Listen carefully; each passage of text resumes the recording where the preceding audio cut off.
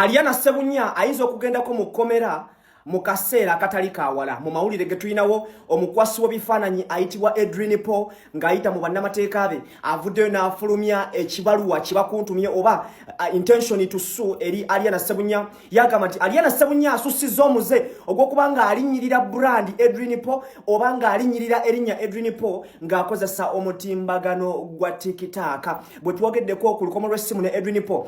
Paul yagamba nti bannamateeka be babadde baagala ekibaluwa bakimukwase mukono face to face wabula nga yo omuntu nga talina bugumiikiriza ne basalawo ne bakimusindikira mu PDF era Aliana Sebunya ekibaluwa yakifunye. So Edwin Paul yagamba bwati nti Aliana Sebunya bw'atalekerawo kwogera ku linnya Edwin Paul na kwogera ku brand Edwin Paul na buli bw'asanga video erimu Edwin Paul nga bamwogerako ebibi n'agiripostinga Aliana Sebunya ajja kuba facinga face to face n'omulamuzi agenda luzira aberenga alima n'okulya akawunga akayitibwa ebbuloka.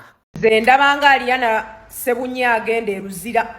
Edwin Paul yasindise ekibaluwa kibakuntumye kya defamation ku kwonoona linnya n'olwekyo naye nze ngamba Edwin mwali badde temugendeyo because Aliana claiming mbu odiezo mpya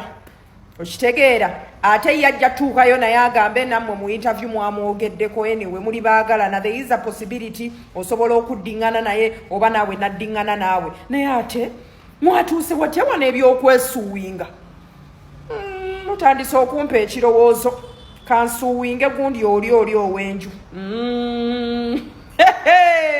Aliana Sebunya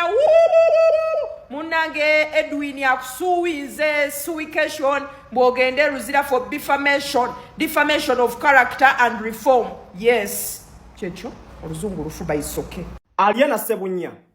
kansubira ekibaluwa Edwin Paul kye yakusindikidde wakirabye wabula ngaffe batikitoka banno we are ready okuleetera emmere mukomera kubanga ffe tukwagala nze ne Aliana tuli tuti tosobola twawula wabula oyinza obutagenda mu komera. Aliana Sebunya ekipapula kyo kigamba nti oyina kwesonyiwa Edwin Paul relationships z'ennaku zino sabo za mateeka ogenda weeyagala ne X n'omwogerako katono sebo n'agenda mu komera n'agenda mu kooti n'agamba oyalekerawo okunjogerako kati awo tuli laavu yafuse y'amateeka. Ekibaluwa kigamba nti Aliana Sebunya toddamu kwogera ku Edwin Paul bw'oli kyakumakya n'omwogerako luzira direct emyaka gyo nga 10 ng'oli akawunga. Edwin Paul beera wakisa ono omukyala yakuwoomera ffenna tukimanya Aliana Sebunya mukazi muwoomu okusinziira ku bigambo bye bamwogerako beera wakisa tosiba omwana tomusiba Edwin Paul tosiba omwana yakuwoomera ssebo tomusiba musonyiwe